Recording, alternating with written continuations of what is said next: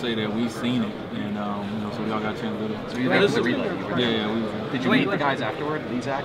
I met some of the guys, obviously not right afterwards, but during that week, because we're a pretty well-known team too, so we got an opportunity to have a few guys come in our locker room and meet a few guys. Dwyane, how has this changed?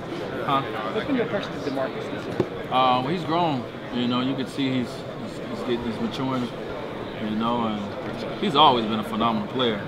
That's never been in question, and he's continued to do that. And I think as the more he grows, as he learns this league and learns what he needs to do, the better his team is going to be in the future. But he deserved to, obviously, be an all-star even before he was put in as an all-star. Because of him. What are some of your earliest memories of the all-star game? I just remember, I don't remember certain games a lot. I just remember, the whole thought of all these amazing players on one court, and it looked like they was having so much fun. And I remember seeing guys that you didn't think talk. You see Michael and Isaiah talking.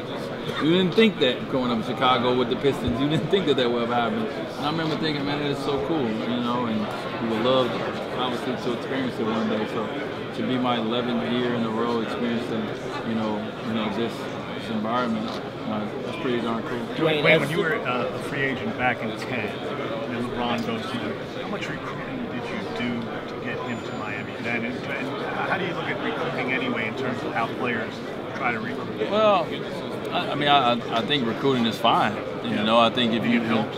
Yeah, I think it helps. I would think a call from a certain person, talking to a certain person about the organization or about the city, and I think all that helps. I think it's a little overblown, but I think it does help. I didn't have to recruit LeBron to come to Miami. I didn't have to recruit LeBron to want to play with one of his best friends. I didn't have to, Only thing we had to figure out was make sure all the money worked. Right. But you had that advantage of being a buddy. Yeah, we lean on each other for a lot of things. So, obviously going into 2010, just before we even realized that we can play together, you talking, we're friends, you're talking about whatever. And then when you realize it's an opportunity for you to play together, and now the conversation goes elsewhere. But, like I said, the whole recruiting thing, it's good. I've talked to a lot of guys in here, I'm sure. I sent the text to a lot of guys when they come up. But, guys are going to make the decision that they're comfortable with. They might have, an alliance somewhere else. They might have friends somewhere else.